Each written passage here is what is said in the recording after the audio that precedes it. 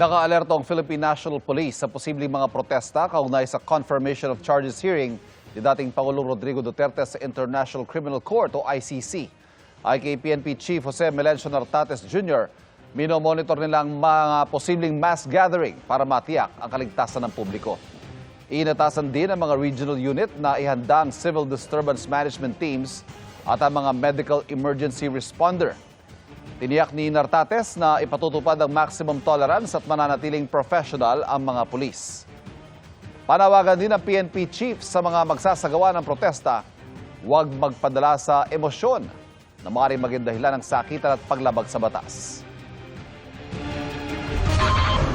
Kaugnay sa mga pinangalanang co-perpetrator umano ni dating Pangulong Rodrigo Duterte na sina Senador Bongo at Ronald Bato de la Rosa, naniniwala si Senate President Pro Tempore Ping Lacson na sakaling may arrest warrant na sa kanila ang International Criminal Court, dapat munang dumaan ang mga ito sa local court bago ipatupad.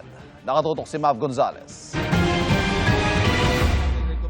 Pipirma raw si Senate President Pro Tempore Ping Lacson sa resolusyon ng minority bloc na nagsasabing kapag may inilabas na warrant of arrest ang International Criminal Court o ICC, dapat dumaan muna ito sa local court. I promised Senator Bongo nung pinresent sa akin yung draft resolution, sabi ko, pipirma ko kasi yan din ang aking position.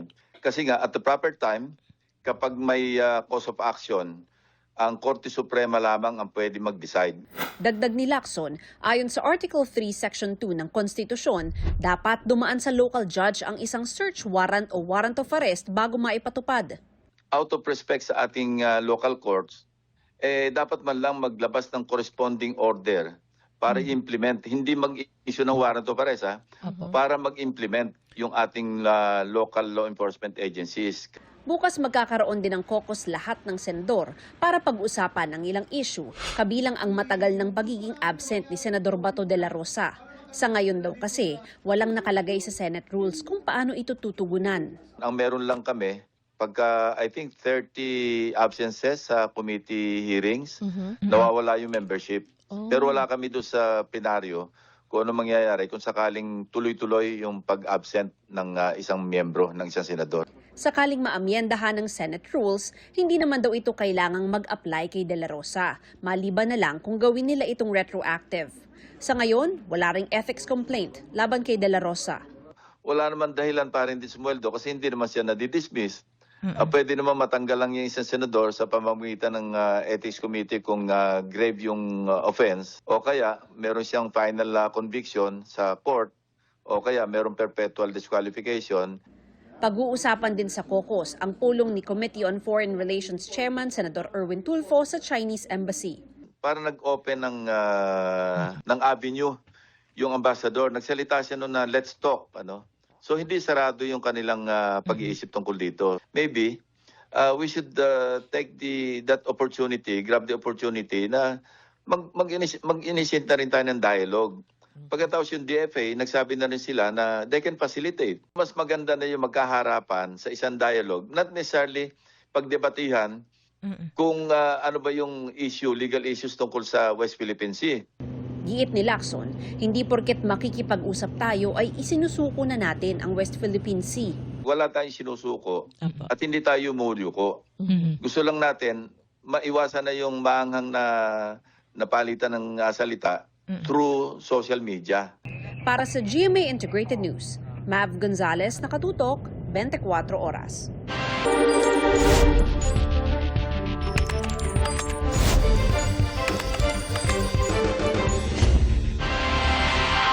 Bukas na po magsisimula ang 4 na araw na confirmation of charges ng International Criminal Court laban kay dating Pangulong Rodrigo Duterte.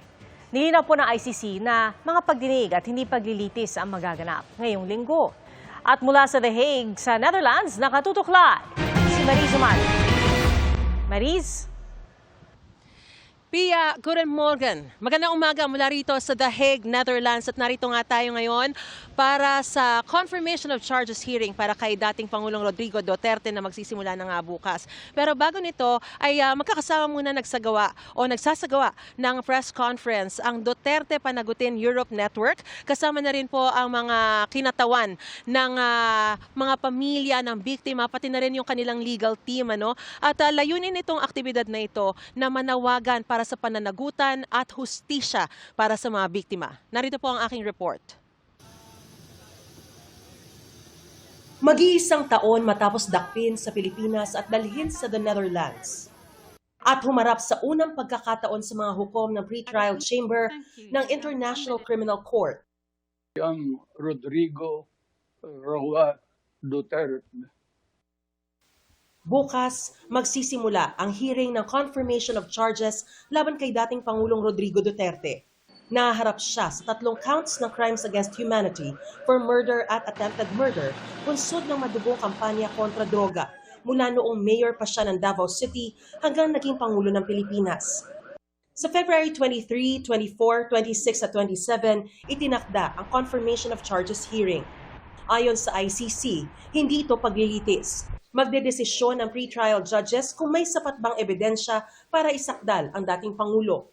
Naunang pinagbigyan ng ICC Pre-Trial Chamber 1 ang petisyon ni Duterte na siya'y lumiban o hindi humarap sa pagdinig. Pinahintulutan naman ng Chamber ang paglahok sa pagdinig ng mahigit 500 biktima. Dadalo rin sa pagdinig ang prosecutor, defense team ng dating Pangulo at legal representatives na sina Attorney Joel Butuyan at Attorney Gilbert Andres na ibinigay ng ICC para sa mga biktima. Habang tatayong case manager ng mga biktima si Nicolene Arcana. Pero umapela sa desisyon ng ICC and Defense Counsel ng dating Pangulo na si Nicholas Kaufman. Hiniling niya ang pag-disqualify sa mga abogado at case manager ng mga biktima dahil umano sa conflict of interest na posible raw makaapekto sa pagsasakdal. Pagkatapos ng pagdinig ngayong linggo, may 60 araw ang pre-trial judges para pag-aralan ang mga ebidensya at magbigay ng desisyon. Kung mapapatunayang matimbang ang mga ebidensya, iaakyat ang kaso sa trial chamber na siyang mamamahala sa mga susunod na hakbang sa paglilitis. Pero kung magpasya ang pre-trial chamber na hindi sapat ang mga hawak na ebidensya, hindi pa malinaw kung agad palalayain ang dating Pangulo. Ang malinaw, ititigil muna ang ICC proceedings at maglalabas ng mga susunod na hakbang ang chamber. Posible silang humiling ng iba pang ebidensya, magsagawa ng karagdagang investigasyon, o baguhin ang sakdal kung lumabas na sa ibang krimen mas akma ang mga ebidensya. Pia, hindi ibinanggit naman o inanunsyo ng pamilya Duterte na hindi pinahintulutan ng ICC na makadalaw ang kahit sino man sa mga miyembro ng pamilya habang isinasagawa o idinaraos yung mga proceedings. Ang mga abogado naman ni Duterte ang dadalo para sa kanya sa confirmation of charges sina Salvador o si dating Executive Secretary Salvador Medialdea, Martin Delgado III, Silvestre Bello III, Alfredo Lim Jr., Cesar Dulay at Attorney Salvador Panelo. Samantala, Pia, hanggang sa mga sandaling ito ay patuloy pa rin yung isinasagawang press conference. At maya-maya naman, bago mag-2:00, ay pupunta rin po yung mga grupong ito doon sa mismong harapan ng International Criminal Court para doon iala yung kanilang yung mga gamit ng mga biktima at kumbaga pag-ala-ala rin doon sa mga nangyari doon sa mga biktimang ito. Kasunod nga ng press conference na ito at bilang simbolo rin ng kanilang patuloy na panawagan sa hustisya para sa gaganapin o sisimulang confirmation of charges hearing bukas. Pia? Mula sa The Hague, Netherlands, maraming salamat, Marizo Mali.